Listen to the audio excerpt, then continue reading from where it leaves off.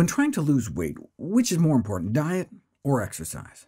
A national survey found that a vast majority of Americans trying to control their weight believe that food and beverage consumption and physical activity were equally important.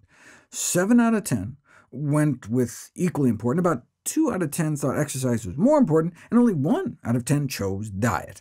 The vast majority of Americans are wrong. It's easy to understand how people might think diet and exercise play equal roles. After all, our weight is determined by the balance of calories in and calories out. What people may not understand about this energy balance equation is we have much more power over the calories in side. In fact, on a day-to-day basis, we have full control. We could choose to eat 0 calories or 10,000 calories, but most of the calories out tend to be outside our control. Unlike wild animals, who tend to burn most of their calories on activity, about 60% of our daily calories are used up just to keep us alive, what's called our resting or basal metabolic rate, thanks in part to our energy-intensive brains. Even if you stayed in bed all day, you'd still burn more than 1,000 calories just to fuel the basics, like thinking, breathing, keeping your heart pumping. In contrast, even most active people accrue less than 2 hours of exercise a week, which may average out to be less than 100 calories burned off each day. That's only about 5% of the total daily energy expenditure, the calories outside of the equation. So the 2,000 calories we may take in every day from our diet can exert 20 times more influence than exercise over our weight destiny. Most people believe that exercise is very effective as a way to lose weight, but this has been referred to as a myth in the scientific literature. In fact, it's been labeled one of the most common misconceptions in the field of obesity. Yet virtually all formal weight loss guidelines include some sort of physical activity recommendation. Can you outrun a bad diet? Let's see what the science says. Population studies have certainly found strong correlations between physical inactivity and obesity. But does a sedentary lifestyle lead to obesity, or does obesity lead to a sedentary lifestyle? It probably works a little bit in both directions. To prove cause and effect and also quantify the relationship, you really have to put it to the test. Dozens of randomized controlled trials involving thousands of participants have been published on the effects of exercise on weight loss.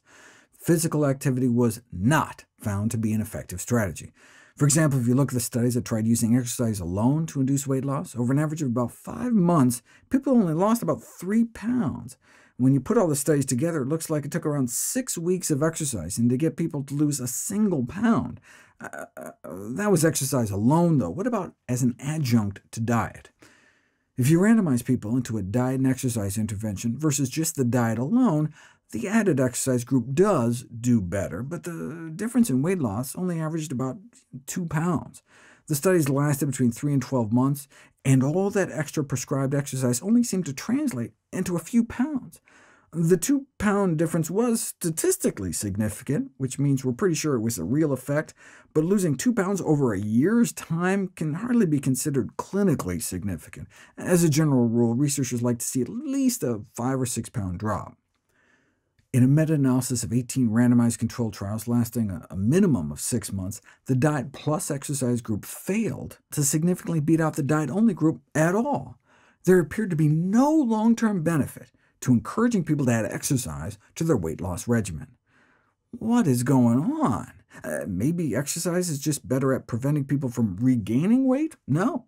The vast majority of randomized controlled trials examining weight loss maintenance also failed to show an exercise benefit. Part of the problem is compliance. It's one thing to tell people to adhere to an exercise regimen, it's another thing for them to actually do it. When the same randomized controlled trials were reanalyzed to exclude people who flouted the instructions, and analysis was limited to just those who actually put in the time and sweat, a clear advantage to exercise emerges. Exercise only works if you actually do it. The one reason people may become rapidly disillusioned with their new gym membership is their gross overestimation of the capacity of exercise to burn off extra calories. A slice of pizza has about 300 calories. That converts into an hour of brisk walking per slice, an hour a slice. How many kids are jogging 2 hours a day to burn off their Happy Meals? Who's got time to climb 50 flights of stairs to take care of the calories in just one Oreo cookie? That's one of the reasons that what we put in our mouths is most important. Public health researchers have been experimenting with including labeling on junk food. Which label is more informative, this one or these? Still want that Toblerone if it means you have to walk 2 hours? Or cookies you'd have to skip rope for 81 minutes for? I think I'd run an hour just to avoid having to eat shrimp-flavored potato chips. Labeling fast food menus with little pictograms of exercising stick figures was found to help nudge people towards lower-calorie options. Seeing that the decision to supersize your fries would mean walking extra 3 miles that day, or that choosing the chicken salad over the garden salad could mean having to run nearly 3 miles, people are more likely to make the healthier choice.